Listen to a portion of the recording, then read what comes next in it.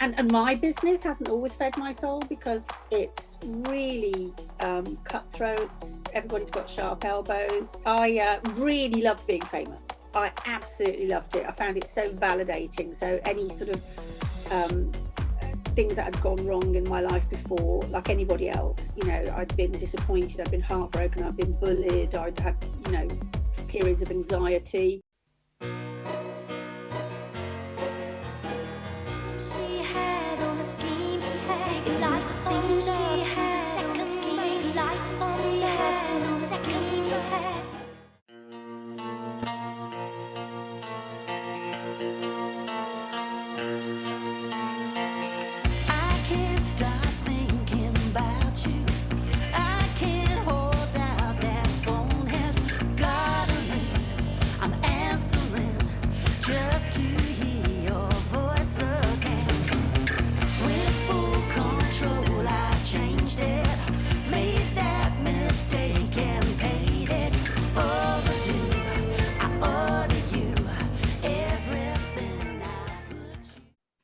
Carol, how wonderful to see you.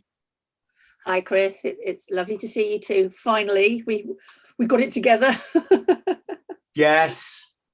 I was going to say us oldies, but like we're not old. I just think life's. I think I said to you earlier, life's just racing ahead, and technology's racing ahead. And well, I'm okay with a certain amount of technology, and I'm not particularly interested in a lot of it. But the things I need to do to communicate, I'm normally quite good at. But what really annoys me, and we were just discussing on the phone, was like my computer just decided to do this massive automated upgrade that I didn't want it to do. And now I can't find any emails, and they all stop at 4 days ago. I was perfectly happy until my Mac decided to do something for itself. And that's what's annoying. I envy you having a Mac. I always went PC because I used to download loads of stuff for free, and PCs are good. Windows is good for that, right?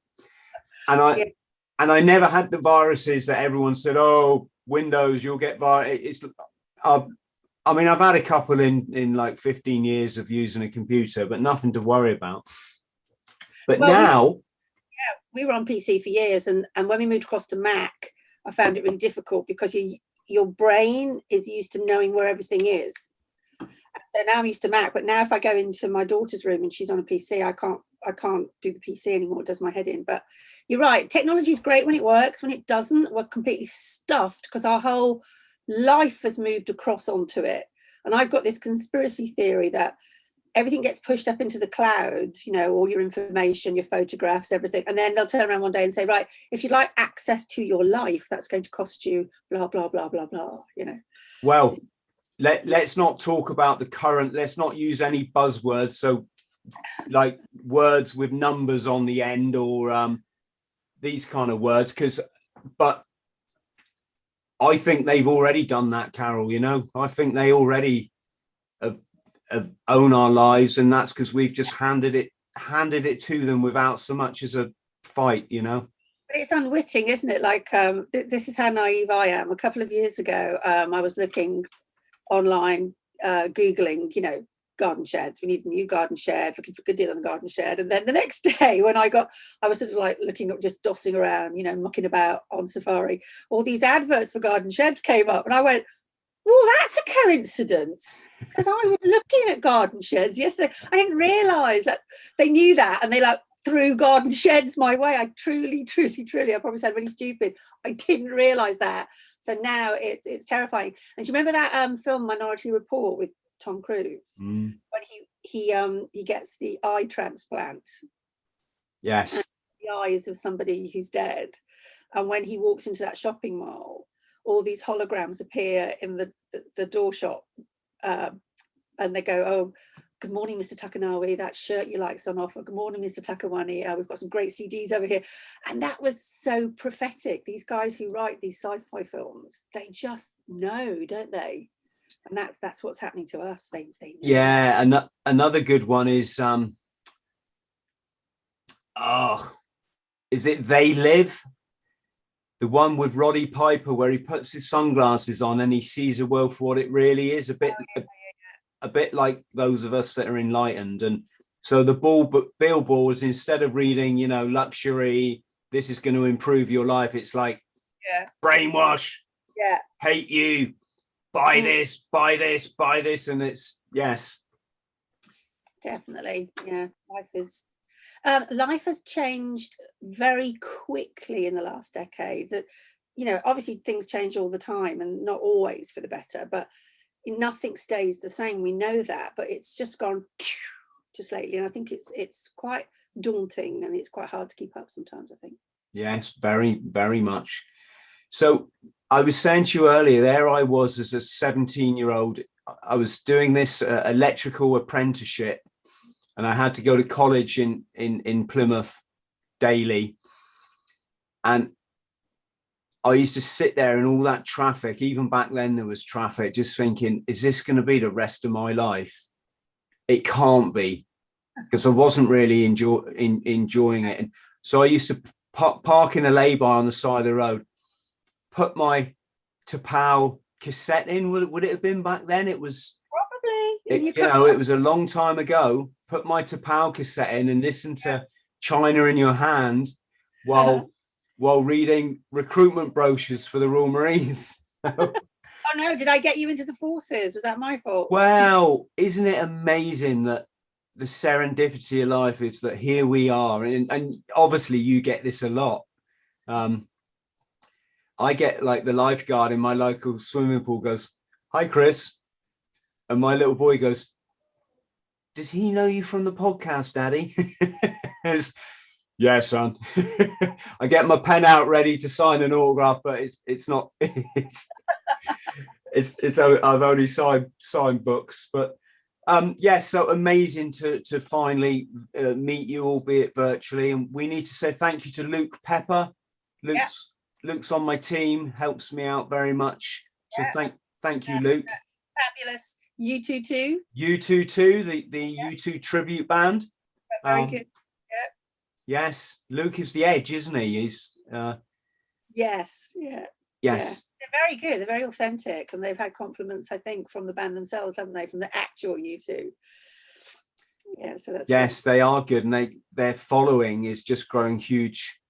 Well, I get really worried about things like that, because obviously all my hits, big hits, are quite some time ago, and I find sometimes when you get really, really good tribute bands, they get a bigger crowd than we do, and I get really pissed off.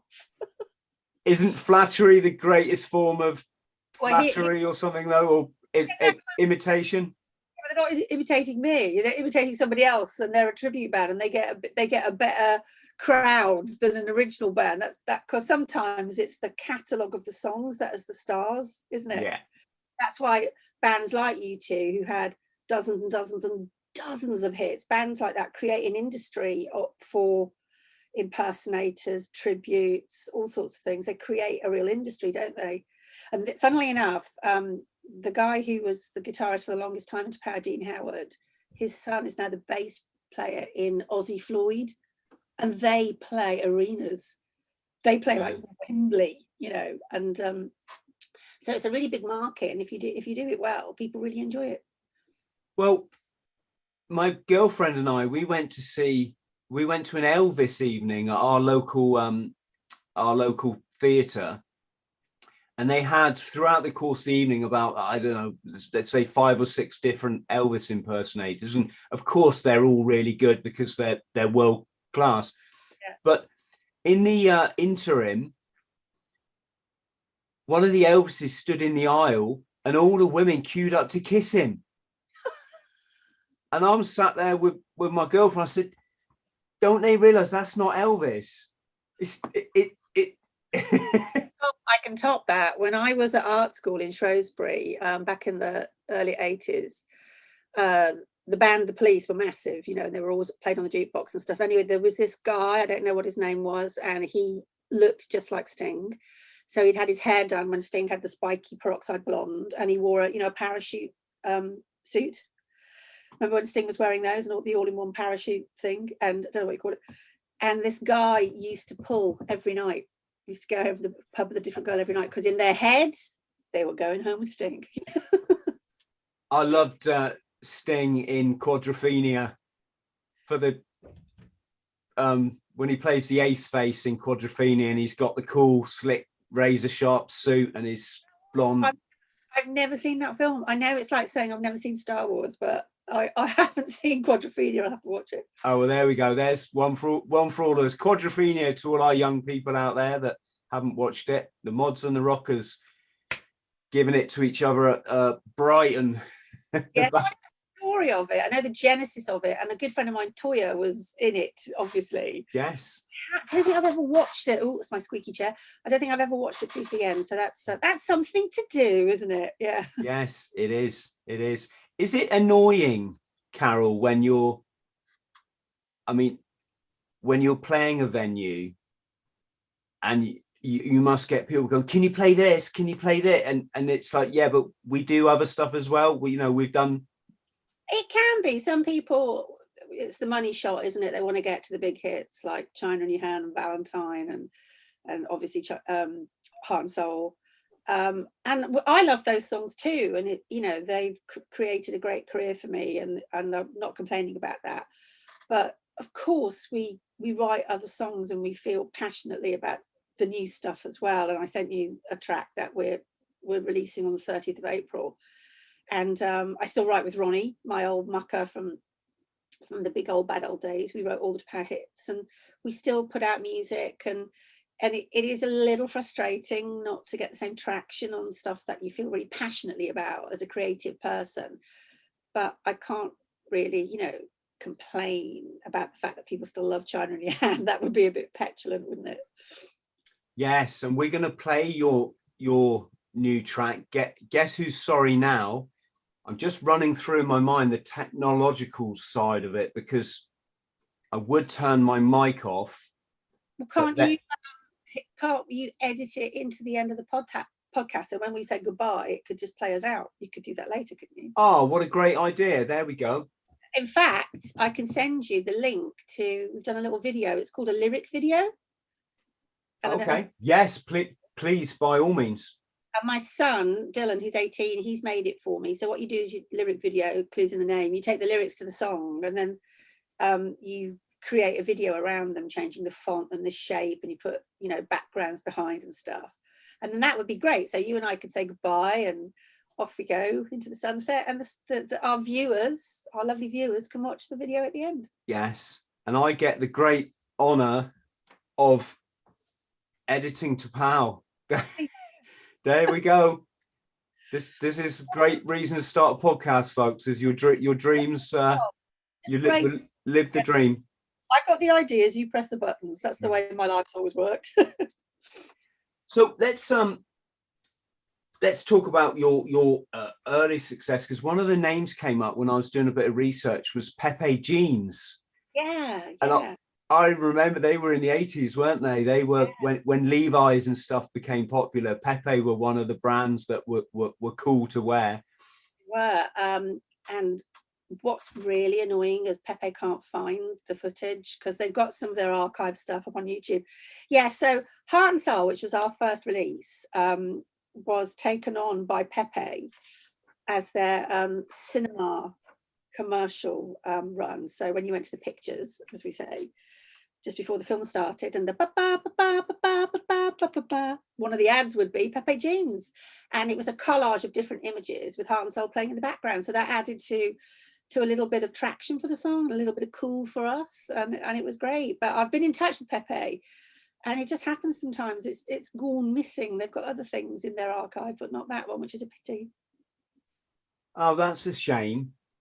Yeah. And that sprung you onto the world stage. Am I right in thinking that off the back of that exposure? Yeah, it did. Well, it kind of was a helpful reprieve, because what had happened was Heart and Soul got released in the UK as our first single, and it was a huge flop. So we thought the record company were going to drop us, and it was all over before it started, because record companies are ruthless. If you don't work, you don't make a money, your history very quickly,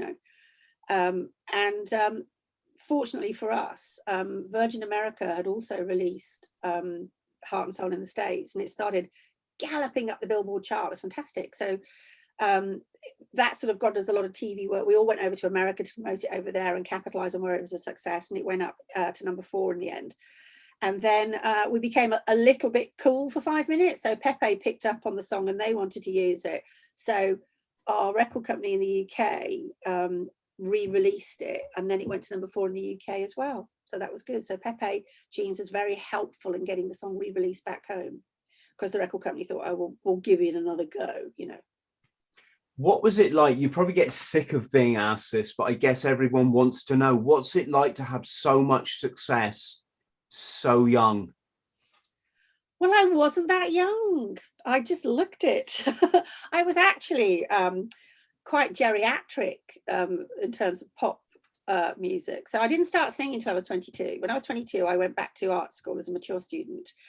And a bit like you were saying about sitting in traffic thinking, is this my life? And after I'd failed my A-levels miserably and bounced from one dead-end job to another and doing a bit of au pairing across in Holland, I was like, oh, is this my life? And I got a job with the Ironbridge Gorge Museum, and from there went and did a foundation course in art with a friend.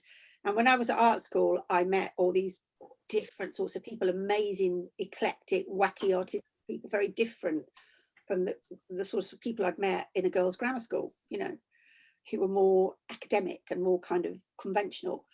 And so I started mixing with musicians, and I'd always liked to sing. And a friend said, you have a great voice. I've heard you singing to the radio. I'm going to introduce you to this guy. He's got a local band. They're looking for a singer. So that was my start at 22. And then I met Ronnie Rogers, who was my partner and my boyfriend for 13 years, and also became my professional partner and still is. And we started writing for that local band. And then we borrowed some money off my dad, and we got home studio staff, and we left that band and focused on our demos. But we kept getting turned down, or we were close but no cigar, you know that expression. So we get record companies sniffing around. They go, we think maybe no thanks, you know. So by the time I got my record deal with Virgin Records, I was 26. And by the time we were recording the album, I was 27. So I was pushing 30 when China in Your Hand was at number 1. The years went by really quickly. So I wasn't actually that young. I'd you know, I'd been knocking around a long time in local bands and just trying to catch a break. And it didn't come easily. It was very, very hard won, our success. But no, and in fact, our PR girl at the time was the broadcaster Mariella Frostrup. She was in music PR back then. And she immediately started shaving years off my age in any statement about the band. And because I was quite baby-faced, I got away with it. But that wasn't something that I would ever have done. It would have occurred to me that it was a problem. I was still young and ambitious and energetic. It didn't occur to me that the fact I was 26 before I even got decent management was a problem for the industry. So, you know.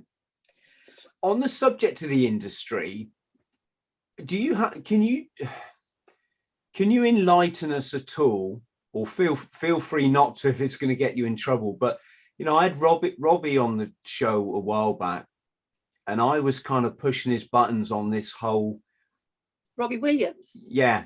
Okay, that's when you're famous, when it's just one name, I guess.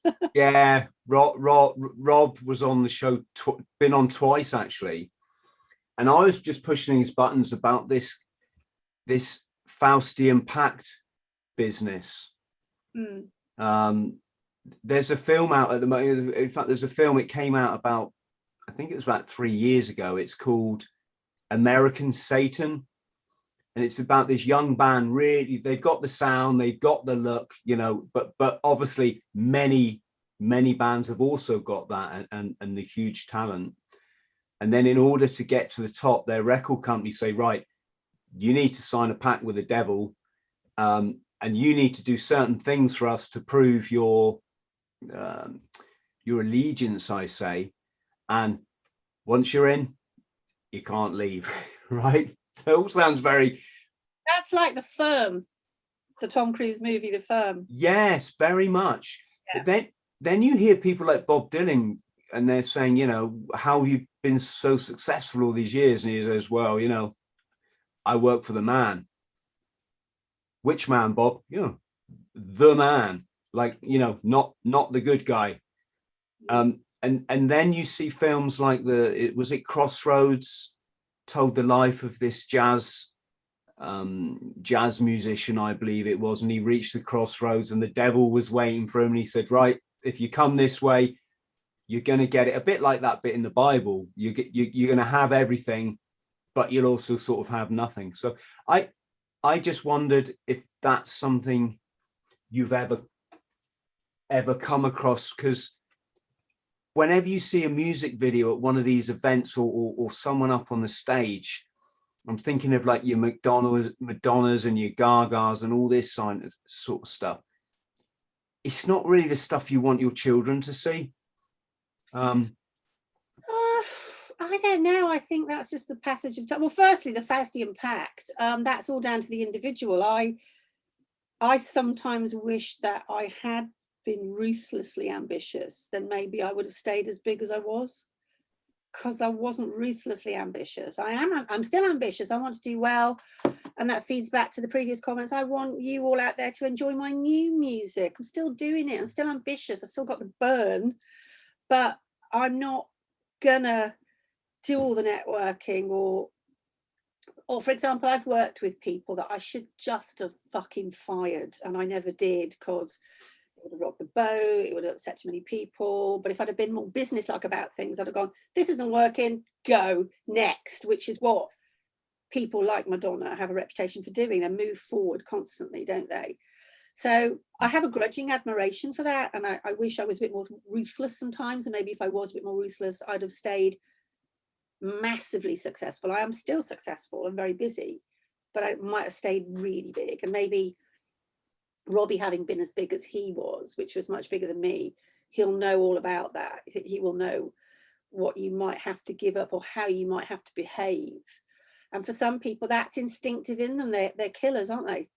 Metaphorically speaking, they're killers. And I'm not a killer. I'm just a really enthusiastic singer, and I like having fun on the stage. So I don't have that killer instinct. And a more watered down sort of explanation of that is sometimes you have to compromise, like you do in everything. You know, we used to have arguments with our record company all the time about what should be the next single, and I used to have battles about what I should wear.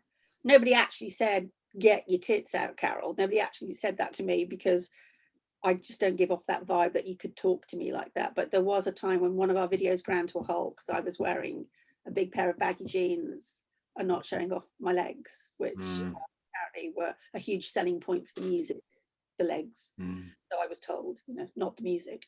But I was a young, pretty girl, and I had a good figure, and I didn't mind, you know, like young people do. You know, I never showed flesh, but I definitely showed. I didn't mind wearing skin tight clothes and showing I was in good shape, and I was enjoying that. Your sexuality is part of your humanity, and what I hate just lately is that somehow, as a woman, that's not being a feminist or something. You know, I think absolutely, if you're a peacock, that's absolutely fine.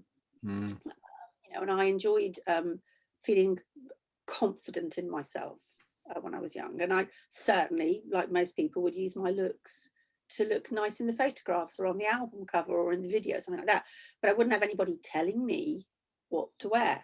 So those kinds of things went on, you know, and again, having a couple of years shaved off my age without anybody asking me, and I got absolutely attacked for that on a live TV show called Network 7 by a journalist called Paul Morley, who live on air said, so why do you lie about your age, and why do you wear your skirt so short? Is it to take everybody's mind off the fact that your music is crap?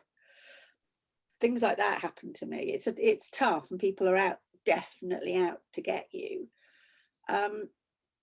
But I guess the massively successful amongst us are the toughest. I wasn't that tough. I couldn't take all of it, for sure. Well, I'm glad you're the way you are, Carol, and the fact that people, I mean, I put the shout out on my social media that I'm going to talk to Carol, and the feedback's just amazing. And the fact you're still entertaining people and they want to come back for more, and there's merit in that. That's valid. People don't want the newer music. They want to remember what they loved at special times in their life. And I mean, loads of people I know still go out raving. It's part of our lives. We're never going to sort of. Well, it's a soundtrack to your youth, isn't it? So, I mean, you know, obviously my kids, they're 22 and 18, they're into their own genre and age group of music.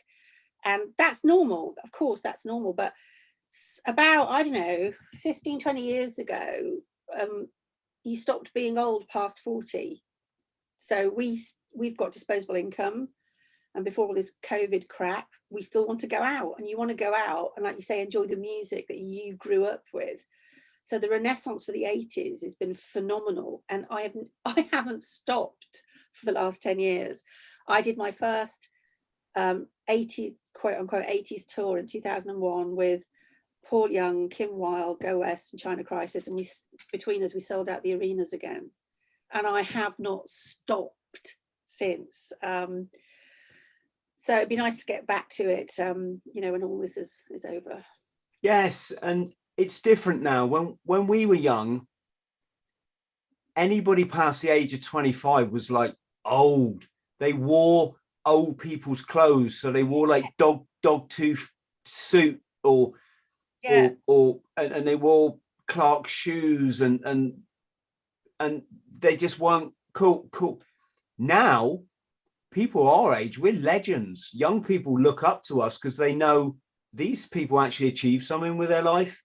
And when you're working in a call center or delivering pizza to try and get yourself through uni or whatever it might be, you need to have people like yourself, Carol, that are a beacon of hope, really, and a good example. And that's nice of you to say so. I mean, yeah, I know that feeling where you don't know where you quite fit in. I really know that. And I can remember having waves of depression when I was in my early 20s, thinking, is this it? Because, like I said, I failed my A-levels. I didn't go, to uni. And I realised I didn't really want to go to uni. I was just on that sausage machine of you do your exams and on you go, you know. So didn't know where I fitted in. So you have to stumble around sometimes to find where you fit in. And oh my God, the crappy jobs I had. I once worked in a toy factory, and my job was to put the canvas on a boomerang. So I had a big sanding belt, and it would go, zzz, and you flip the boomerang over and go, zzz. And every now and again, because the factory was in Bridgenall, so it was on the river, you had to throw a test boomerang. They never came back, so I clearly wasn't doing it. It's quite hard to throw a boomerang there. I've got a complaint now, actually, because I bought a boomerang the other day. Yeah. And I threw it and it came right back. Well, it clearly wasn't one of the ones that I made, because that was just a stick. Just threw it away. And the other worst I had was back in the days when the supermarkets had their own butchery department. So my father worked for Tesco's for years. And instead of just, they have the meat delivered now and it goes out on the, you know, there'd be a big butchery department. And he got me a Saturday job there, because my dad was always getting me jobs because I was just useless. And my job was to pull the lamb's kidneys out. They were still attached by the membrane in the carcass. So I'd have to pull the kidneys out of the carcasses and put them in a polystyrene tray, and then put the cling film over them and seal it with the hot wire and stick the sticker at weighings.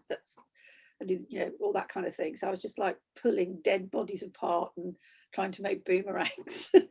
Just the nutty things I've done. I've done the dead animal thing. I chopped salmon in a factory in Norway to make money for my travels at one point. And you don't often see another side of the food industry when you do jobs like that.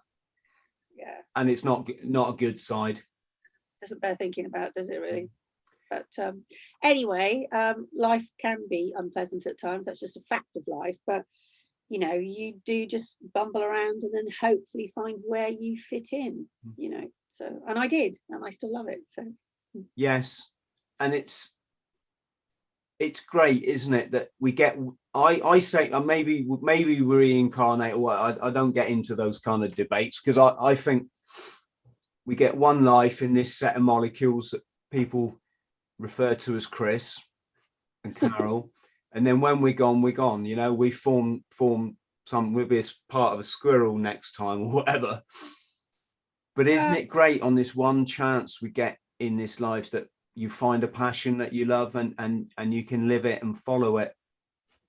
Yeah, well, there's an expression, isn't there, that if you can do something you love, you'll never do a day's work in your life. And if you can aim for that, whatever that is, it's whatever feeds your soul, you know. And my business hasn't always fed my soul, because like we were talking about earlier, it's really cutthroat.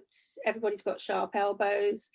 I really loved being famous. I absolutely loved it. I found it so validating. So any sort of things that had gone wrong in my life before, like anybody else, you know, I'd been disappointed, I'd been heartbroken, I'd been bullied, I'd had, you know, periods of anxiety, like everybody else. As soon as you're famous and everybody wants to know you, it's temporarily very validating, very reassuring. But of course, when it goes away, you're left with yourself again. And that can be hard. And it makes me really worry about the young kids on the TV shows like the X Factor, and you know, where they get made uber famous overnight. They're in your face, primetime TV every Saturday night. The whole world knows them. All the magazines are after them. All the paps are chasing them, and then they go out of the show on the third round, and they're back working in the post office or something, if they're lucky. You must have to be the most stable person not to have that fuck your head up, you know, because it can mess you up. It really can. Yeah, you're making me think of those two guys. I think one of them was in the Chili's. I might have got that wrong, but let's just say the Chili's, and the other guy I'm thinking of was in Blur, and they just up one day and went, I'm out of here, I've had and they both became farmers, and I thought, what a great.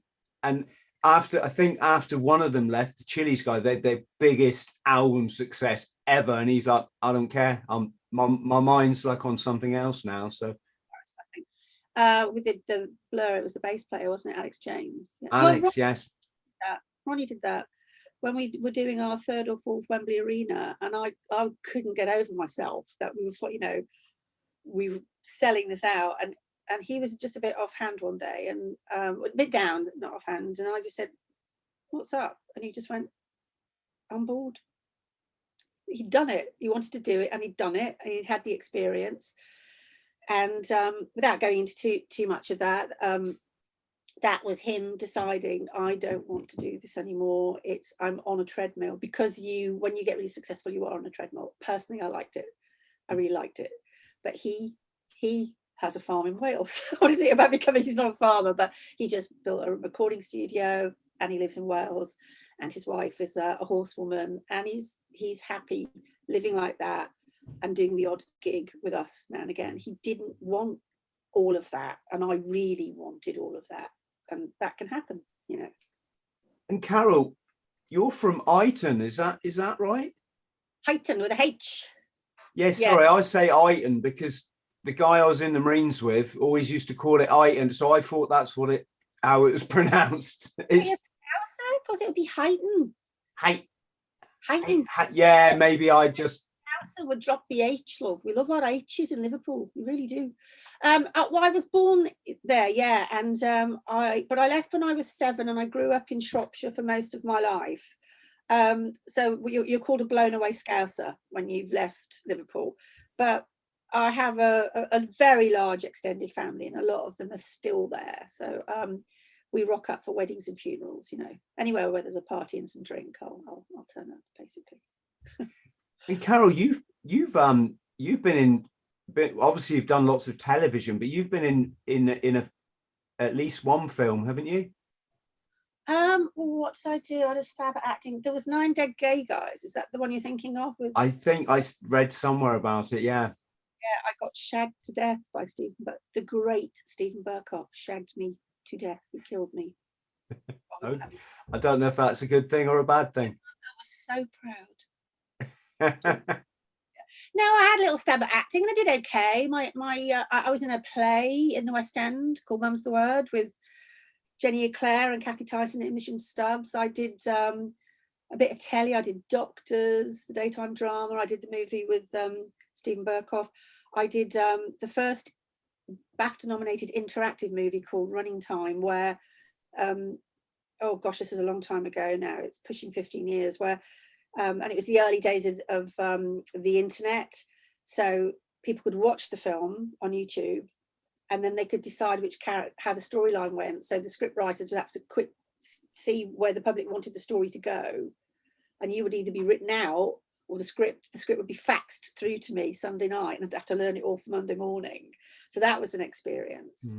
And then I don't know, I found myself at the bottom of the ladder as an actor, and by that time I was 45 and I had 2 little children, and I'd already done all my scrabbling around in the music business to get to a certain level, and I realized that the acting profession would want the same from me. They would want that dedication. They would want me working really hard at a very low level for very little money, to earning my stripes before I got the decent gigs.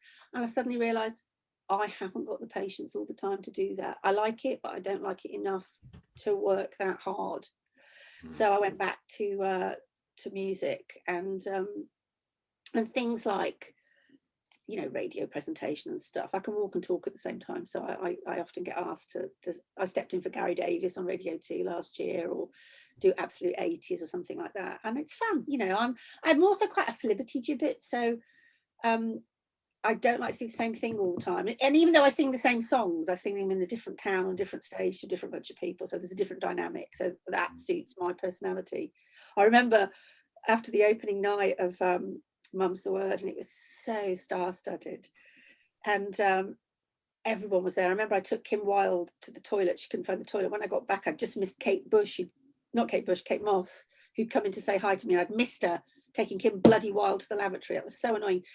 And it's like this massive orgasm, and then the next day you've got to do 2 shows, Wednesday matinee, Wednesday evening, Thursday, Friday, Saturday matinee, and you go, phew. And the more experienced actresses said to me, you do realize you have to do all this again tomorrow, because I was just like high on opening night, and then it becomes such a job. Running a play is such a mundane job, it really is. Do you have to put a little bit of different flair on it each night to I don't know, for your own soul or something, or does it become very... I tried that, but we got told off by the director. We were all called into the house director's office and told off, because obviously you wouldn't do that with a classic play. You wouldn't do that with a Shaw or a Shakespeare or any of the classics, because they're written a certain way. But this was a very modern comedy about being a mom, and all the chaos that entails, being a mom of young kids, and all the plate spinning you do. So we did try to put a different edge to it, like it was stand-up or something, and we all got told off, and we had to go back to doing the lines the way. Are you friends with Kim Wilde to this day? Yeah, we were emailing each other the other day. Yeah, she's great. Second part to that question, is she married? She's been married for a long time. She's married to an actor, Hal Fowler, and they met when they were both doing Tommy. So she met her husband in the West End. I thought she was. I've been a big fan ever since the Kids in America was a big part of my very young. Well, this year it's 40 years, the 30th anniversary. That's how long ago that was. Yeah. We'll have to get Kim on the show. That would be, people who know me know it's my standing joke that I'm in love with Kim Wilde. I'm in love with Kim Wilde. Everybody's in love with Kim Wilde. How's the Cameo, I don't know what you call it, website working out for you? I noticed you. Yeah, well, that was a bit of a laugh actually, because a friend of mine who also does it, she says, honestly, it's fun. She said, you get to talk to your fans, it means a lot to them, and they throw some money in your bank account. So you know, being at home for the last year, like everybody else, I haven't exactly earned a lot of money. And I started to think, well, that's a couple of bottles of wine just for sitting on your ass and going, hi, happy birthday. So I did it, and I'm on another site called Celebrity VM, which I think is more UK based, so a bit more relevant, and it's lovely. And when you said to me earlier that you used to listen to my songs when you were sat in your car going through brochures for the Marines and stuff, thinking my life needs to move, you know, So before you and I connected today, I had a celeb VM come in on my phone request, and it says, I won't give the names because, well, actually, no, it's out in the public, so it doesn't matter. So it says, Julie is a wonderful woman, blah, blah, blah. And it's her birthday on the 27th of April. And we are getting married on the 12th of December this year. But we met in 1987 and we dated in the 80s. And your music was the background to our teenage dating. And we used to, you know, play Bridge of Spies all the time. Then clearly the years went by and they must have gone away and lived lives. And now they've come back and they wanted to tell me that they'd come full circle and they wanted me to be part of that and give them my blessing. I could actually get ordained and marry them, couldn't I? That would be a good thing to do. So that is when your music means, so many years have gone by that people are saying, you know, they're telling you how they grew up with you. And that's really lovely. Means that so much more now. I obviously, back in the day, before email, we had snail mail. I would get bags and bags and bags of fan mail, and there was so much of it that it became a bit of a blur. Now it's much more intense to know that here we all are 30 years later, and you're still telling me I mean that much to you, and it's lovely, you know. Yes, it's wonderful, and it must be quite gratifying, I guess. Yeah, you get some funny stories. So like one fan letter I had came from Her Majesty's prisons, and obviously this prisoner had been allowed to write to me, but the letter had been really redacted, so there was all this black stuff. Lord knows what he was saying he wanted to do to me. But dear Carol, I've always liked you. I've got a poster of you on the back door of my cell, and I blacked out. You know? It's like, oh my God. Maybe he was saying, and if you kindly send me a file in a cake. Yeah, I could have been that innocent. My dirty mind went elsewhere. But yes, so friends at home, if you're wondering what Karen and I are talking about, Memo and Cameo are these platforms that we've been signed up to. Well, I've signed up to this Cameo and Memo. And okay, so I'm on Cameo and Celeb VM. Yeah. So what I'll do is I'll put a link for Carol underneath this video. So if you'd like a personal message from her, it's, I can't remember which one is the video platform. Are they both video? Yeah. Celeb VM is that celebrity video message. And then Cameo is you just do a little cameo like that. Yeah. It's, you know. So if you want to say, you know, if it's your mother's birthday or Mothering Sunday or Father's Day or whatever, and he's of our era, you can have Carol wishing him a happy birthday. Well, you can do that personally. Or what some people have done is they've got an event coming up and they want to, I send them that, and then that will go up on a big screen. So you'll congratulate people and it'll be broadcast into the room. Wow. So you can use it if you want. It can be and you're the same. It could be a professional thing, or you could say, "Hi, everybody. I hear it's your AGM for." You know, your company, and I just want to say yo and get those figures up, well done. You know, they use it in a corporate way as well if they want. So anyway, it's not something I want to do for a living, but it's a new thing, and it's part of using your skill set, isn't it? Talking to people, earning a bit of money, which we all need to do. Yes, of course. So final question, Carol, because I'm aware of your precious time, which you've been very gracious to give to our podcast. What how did you manage the excesses over the year? And you're talking to someone that I didn't really manage, haven't really managed it very well most of my life. But you're in an industry that's notorious for its excesses, and people are obviously very vulnerable when they come into some people into the music industry. There's I'm guessing a lot of people come from damaged backgrounds, and that music is their expression of themselves. And how was that? For me, I never was a druggie ever. I tried some dope, not my thing. Tried a bit of coke, not my thing. My biggest vice, and it still is alcohol. So I would say that I've gotten myself into some bad states with booze, and I'm going to be completely honest about this. I have on many an occasion, and recently, especially with all the depression and with lockdown and everything, tried to get some kind of help, like whether it's a bit of online psychotherapy, or I signed up to a webinar of different modules that you could complete and try and change the way you think about your life, so you don't need to rely on drink. But I find at the end of the day, if I can't have a large glass of wine, my life isn't worth living. So I just think I've had to learn to not drink to excess, which is easy to do if you've got the money and you don't have to get up for work at 9 o'clock in the morning, which not very few of us have had to do over the last 12 years. It's so easy to indulge yourself, and it's available in the supermarkets. It's everywhere, isn't it? Alcohol's a tricky one.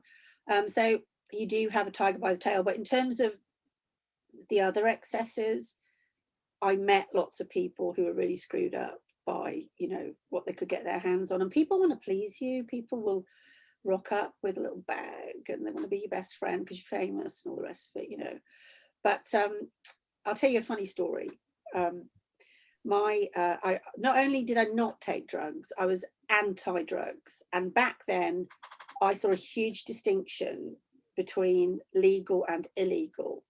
So cocaine, illegal, alcohol, legal. I now know they're both as bad as each other, and that's irrelevant. But back then, this is the way I thought.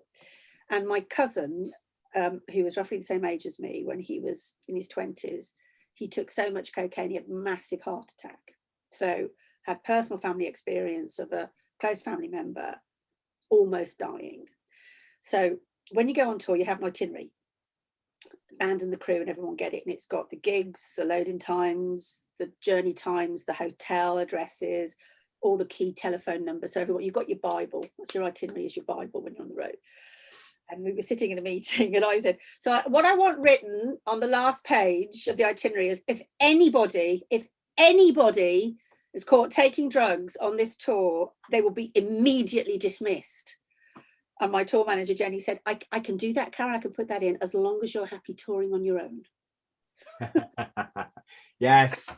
It turns out, because they all knew everybody was doing Toots, and in the 90s, everybody was doing E.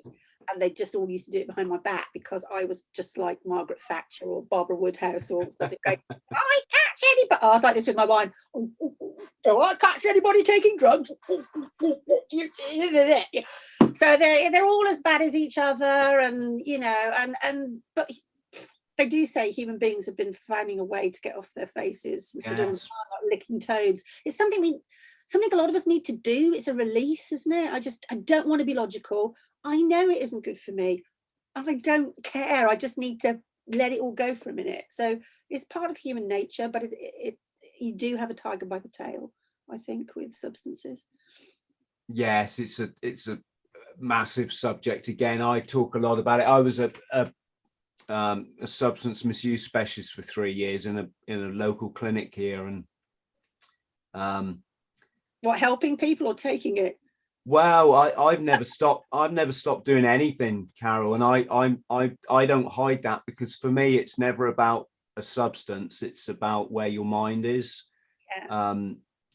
I'm always trying to point out to people, substances can't cause addiction. Childhood trauma is the driver behind or deep-seated unhappiness that you possibly don't even realize, right? I would agree with you. I would say 80% of that, I completely agree with you. But sometimes it is a chemical addiction. Sometimes the chemicals can actually mess with you. So because we are all hormones and chemicals, I do think there's almost a science element to it with some people. But I agree with you. It's like, why do you need to get off your face? Let's take when you're young and everyone's partying. That's a different thing. Let's just move that to one side, because I get that. It's like a rites of passage thing. But it's when you're older now, like I'm older now, and I really still need to have my drink around me, you start to wonder why you need it. And you're right. It's because who knows what's going on in the back there that you don't always want to think about or process. And it's just easier to calm it down. Yes. Yeah, it's just to clarify, in case people get me a bit wrong there, it's like I choose none of it now. 99.9% of the time, I'm not, I never say never, but it's only because once you crack it, life just, you just, you just get on a different level, Carol, and this is not a lecture, but I inadvertently ended up doing 1 year no beer, thinking it was a hashtag. It's expensive, that. Sorry, say again. That costs money though, 1 year no beer. No. Here's the thing. A Marine mate of mine said to me, oh, all the guys are doing this 1 year no beer, right? You got to remember, he's talking to a guy that I did drugs and alcohol pretty much every day for 30 years, right? And I just happened to hear a 1 year no beer podcast.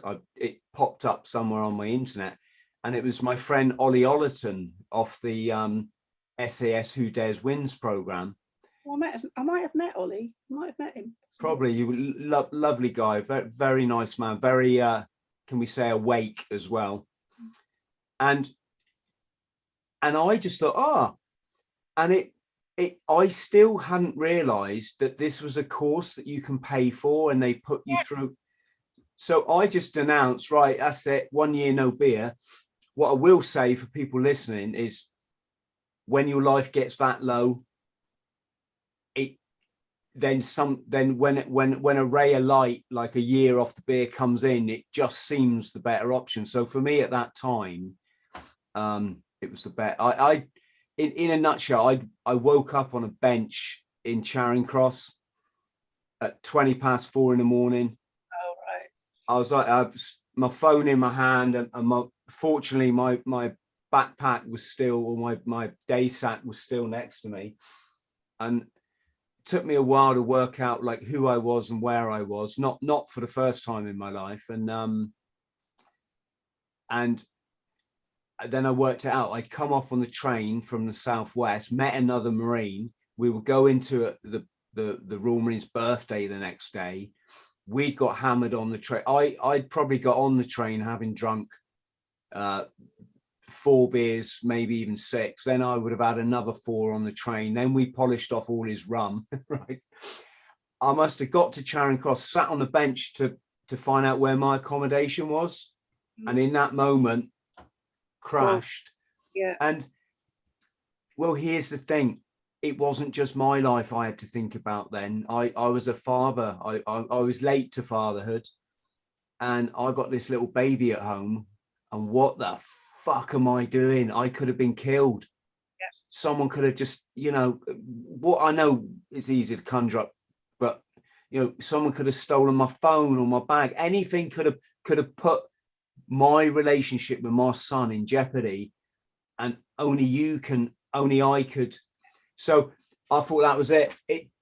I did the 1 year no beer, and it wasn't until I think the Ollie Ollerton interview popped up that I realized it was an organization. So I did 1 year, and it was so brilliant. I did another year, and now all I can say is every time I drink, it's just such a crock of shit for me, Carol. It's just an awful, awful experience. I don't, but this is not a lecture. I'm just saying for the people out there that are struggling. I'm not taking it as a lecture. And I probably would class myself more as a dipsomaniac. So I'm married to a wonderful chef. We love good food and restaurant.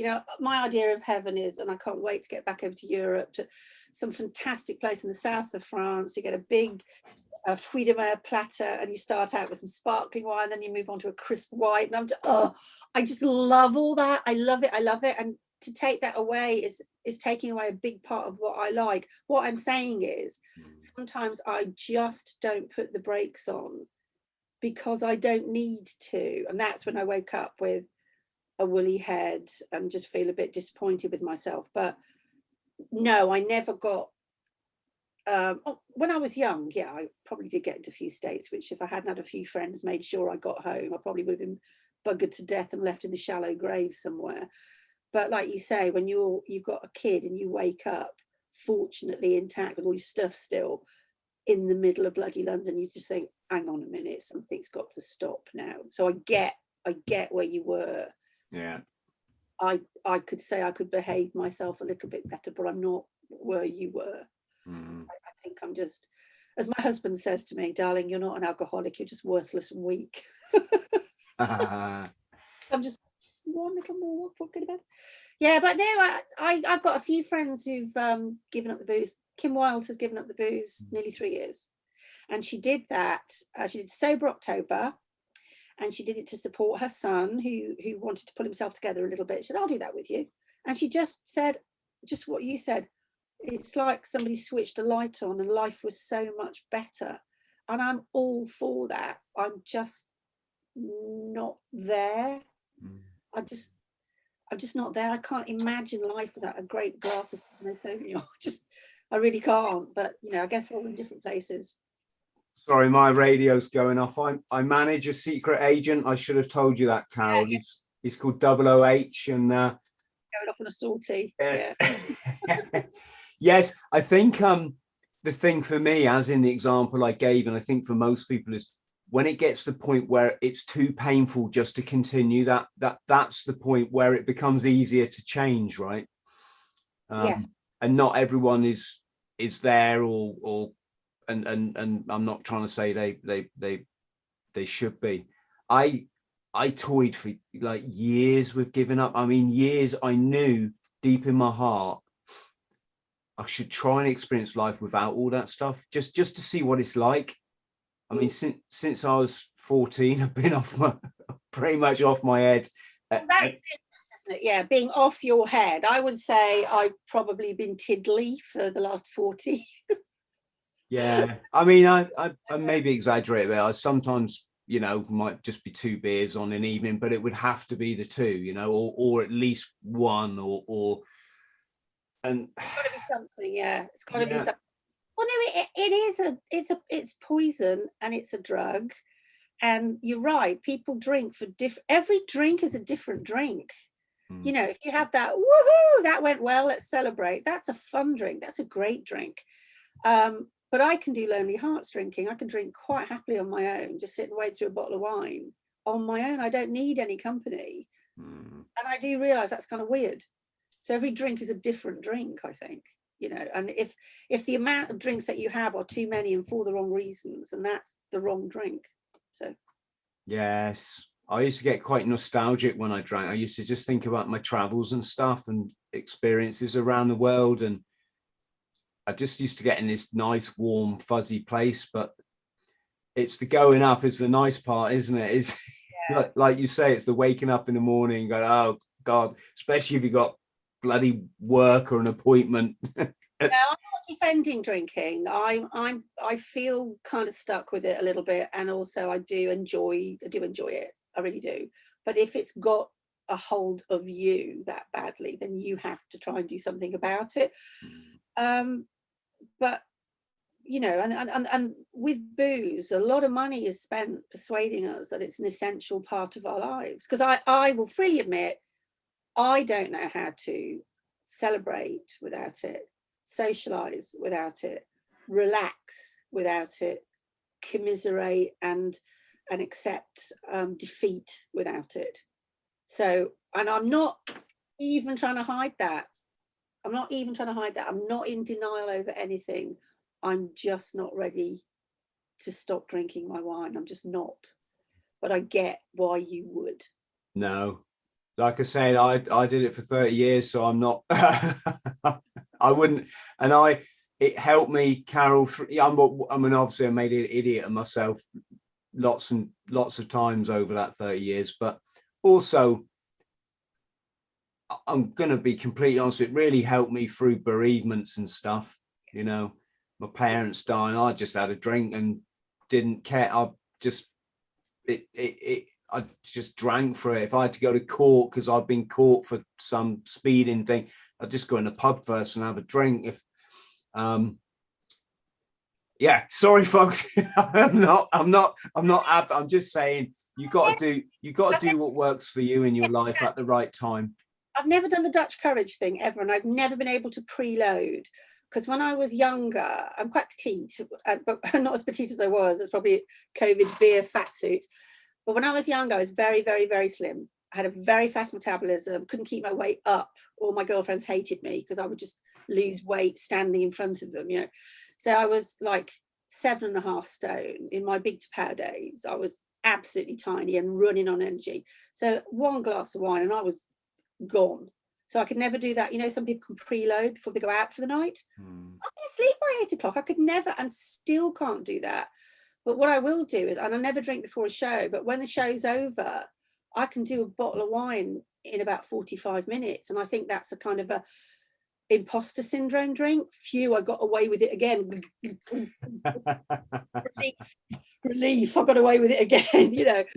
So like I say, every drink is a different drink. It's for a different reason, doesn't it? But this one thing I did, it hasn't worked for me, but it does work for other people. It's called Sober in 7 by the Booze Master, Andy Smith. He's a great guy, and it would help a lot of people. But he goes through different things that might ring a bell with you, what resonates with you, what's going to make it work for you. And what got me was the money. Still hasn't made me stop. So let's say I've been drinking for the better part of 40 years, mainly wine, since the band made some money and I had disposable income and that lifestyle. So if you average it out between cheap wine and big wine, let's say I spend £10 a day on a bottle of wine. So that's, you know, 70 quid a week. So times that by a year and then times that by 40 years. And it will make, I can't do it without a calculator, but that's a lot of money. And this guy, Andy Smith, the Booze Master, he'd worked out he'd spent like 180 to 100 grand when he added up everything he drank.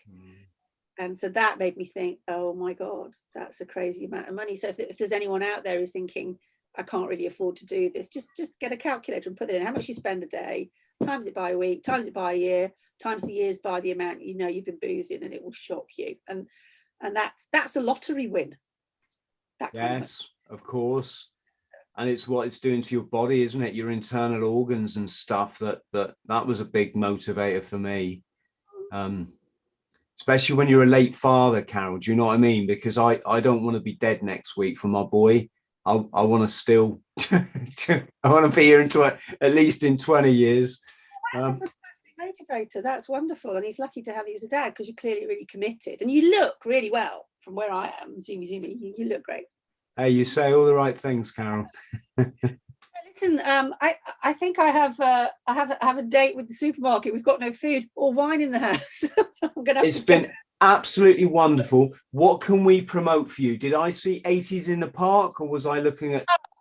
Yeah, well, obviously all the gigs are coming back online, most of them, thank you God. So I would say to everybody, if you want to go and find t'pau.co.uk, so all lowercase, no apostrophe, or our Facebook, which is t'pau/Carol Decker, then you'll see all the gigs. So yes.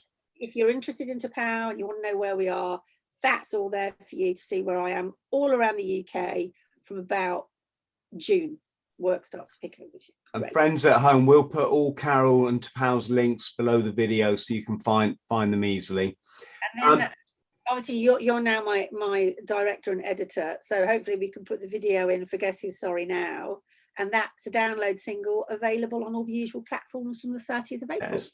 And I've listened to it several times now, and it's really good, folks. Honestly, it's a very beautiful. It's beautiful. Yeah. Carol, just stay on the line while I say an official goodbye, because there's a couple of things I want to run by you, if that's okay. But massive love to you and your family. Thank you so much for coming on. Thank you so much for being a part of my life. And I know I'm speaking for hundreds and hundreds of thousands of people when I say that. You're welcome back anytime. That would just be great to see you. Thanks, Chris. For our friends at home, massive love to you as well. If you could like and subscribe, that would be great. We'll see you next time, and listen to this.